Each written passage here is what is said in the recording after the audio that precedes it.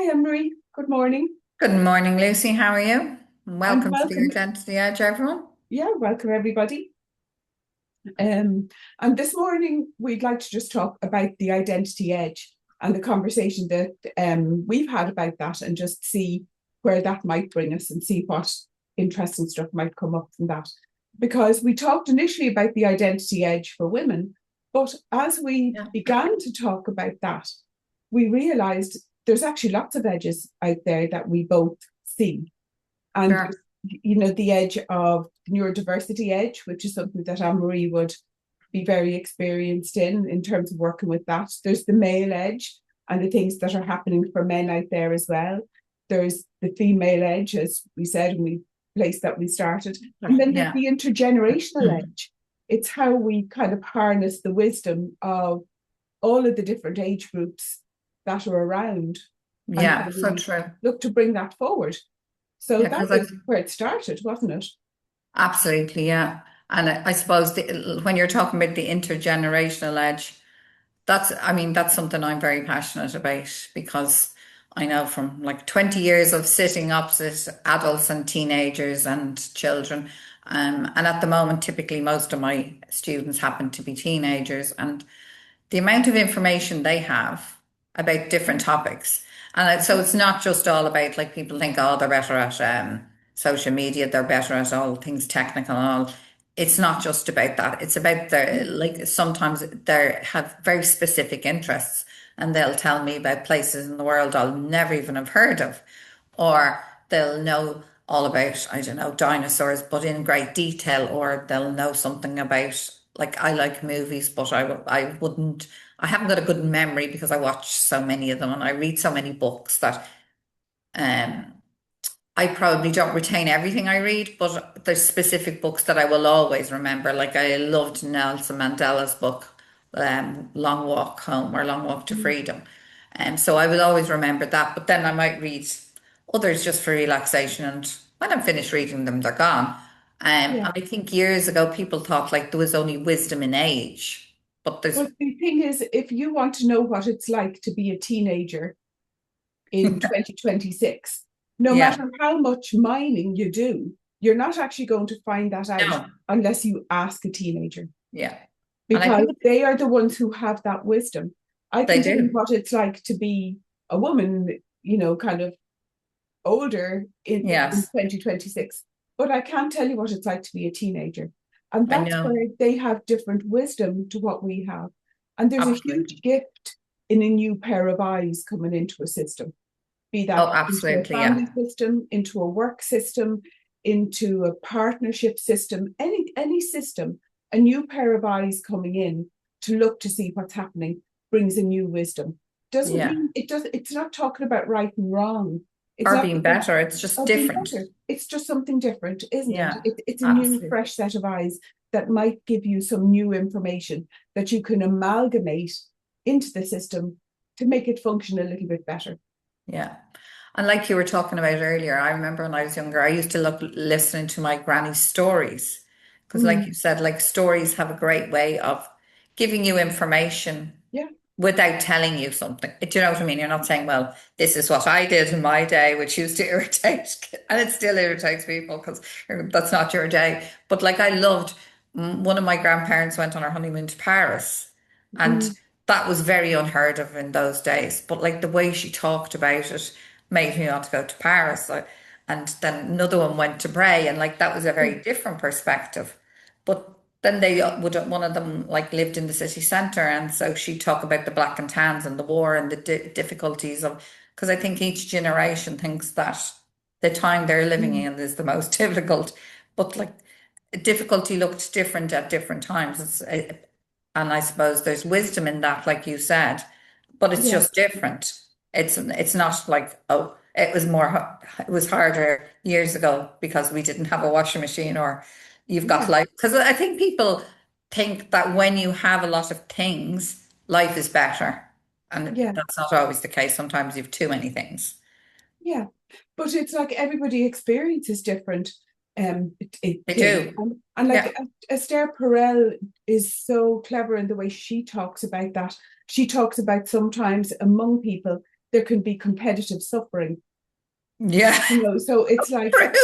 yeah, so that we can fall into that sometimes. And that can be a case of, well, I can say, well, actually, I'm fine because somebody next door or down the road is worse off than me, Worse so than then me. I'm fine. So it means I don't acknowledge the difficult stuff that I'm dealing with because I Yeah. see somebody else as being worse off. Or Yeah. sometimes it's you see yourself as being worse off than somebody else, so therefore You feel better. you feel better. Do you know what I mean? So it's like Yeah, when we don't just step into, well, actually, how am I? How can I exactly. move forward? How can I make myself? And I think when you go down the road of trying to make yourself happy, it's too big.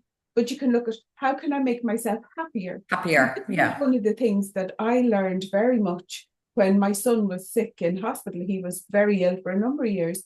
But often Hmm. in the moment, we'd say, what would make us happier right now? Is Yeah. it Yeah. a hug? Is it reading a book? Is it going to the shop and getting a fizzy drink? Or do you know what I mean? What is the thing that Yeah. can make you happier in the moment? In the moment. Yeah. Like small things, usually. Yeah. Or standing outside. I know for you, you love to go for a walk. I do. So, yeah, and it's one of Yeah. the things that brings you joy. That You is know, one of the so, things that bring me joy and connections. And we're talking about that in another podcast. And in one of my books, I talk about that mainly from the perspective of young people. And I think that's what a lot of them are missing is yeah, connections. And your brain just doesn't like to be on its own for too long because all you do is spend time inside your head thinking and thinking ruminating. and thinking. Yeah, And like it's like I was talking about the other day in one of my little, it only takes a minute. It's like your brain can't tell the difference between a real and an imagined thought. So if you've just created your brain just takes it. "Oh, that's what's happening. That's the reality."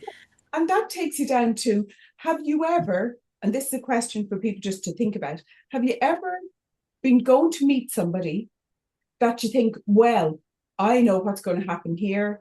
I'm going to get there, and Anne Marie's not going to like my idea. She's going to think it's a pile of rubbish. She's going to give out. She's going to say she doesn't want to be part of it. Yeah. And then I'm going to get really annoyed with her. I'm going to have to defend my idea. And then, it's all just going to be rubbish Yeah. before I've even met you. So by the time I show up to meet you, I'm all cross and annoyed because in my And then head, it, we've already had this row or this yeah. disagreement. And then I show up all annoyed, and you think, what's wrong with Lucy that she's all cross and annoyed? Do you I know? know. And it kind of, Yeah, I always say that some people, their energies ooze out of them. Like, yeah, and you're like, oh, right. yeah, I don't want to go do anything with her because, like, have you seen her yeah, energy? But you can do the opposite. I try to do the opposite. Sometimes it's very difficult, like if your load is too heavy.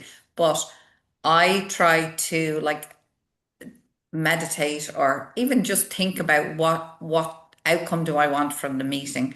yeah, And I suppose you have to intentionally relax. If yeah, you do the opposite, you're kind of going in the complete opposite direction. But sometimes you need the wisdom or even just the company of other people to say, well, at the moment you're coming across very tense, like yeah. we talked about earlier. Do you need a cup of tea? Will we Yeah. go for a walk? Is there something I can And that, help you with? I mean, Like, that's a lovely way of putting it, Anne-Marie, what you've spoken about. But what I resort to is nosiness. oh yeah, Or, I mean, you can call it a curiosity, but it's basically when I see somebody who's not how they normally are, I'll check in to see what's yes, going on. I'm curious about what's happening for yeah, them. I don't assume that it's me that's the problem. And now it might well be, it might be me who's the problem. So I'm not taking that out of the equation, but it's yeah, asking the person and creating space to have that conversation. Just taking that pause again, that because there's so much power in that pause. When you there take a is, pause to actually go, I wonder what's actually going on here. What question can I ask that might open that up? And I suppose yeah, that's what we're looking at in terms of the identity edge, isn't it? To look at what are the questions that we can look at putting in play that yeah, can give people more information about themselves and yeah. about Because I was and about possibilities. Possibilities, yeah. And how we can help and how we can, I suppose, move forward as a group. Because I was looking at some statistics, and at the moment, 63% of people, and this is just in the workplace, are feeling disengaged. Yeah, That doesn't even account for the women who are at home with their children, because a lot of them feel very isolated. If you're yeah, used to working and then everybody loves their children, but children, their brains operate different than us, and sometimes you need an adult just to have a conversation with. yeah, So there's a space for them. Then there's a lot you were talking about last week when we met up. There's a lot of men in very high pressure jobs who mm, are like weighed down by the pressure, I suppose. And I suppose we have an expectation as a society to that, men should not look like they're bothered. They just, get up and go to work. I yeah, mean, my kids would say that's a very old-fashioned notion, but it doesn't matter whether you think it's an old-fashioned notion, it still does exist in the workplace for a lot of men where they feel like, yeah, they have to portray exactly. this strong, male identity. But if we And feel that, pressure, so do they. and it's for us, it's about looking at creating that space for people to actually look at how they see their own identity and what are the smart questions they can look at to help them know themselves better, how they show up, and who they are. Yeah. And that's our kind of thought, That really, is isn't it, our for pulse for today? today. And I suppose that's our purpose, isn't it, in the Mm, identity edge yeah, to yeah, create space for people to uncover their identity. Well, yeah. I hope you enjoyed our little podcast for today. Please get in touch if with either myself or Lucy, or go to the identityedge.ie for more information. We're always here with a cup of tea and a chat. Yeah. Okay, Bye. take care. Bye bye, everybody.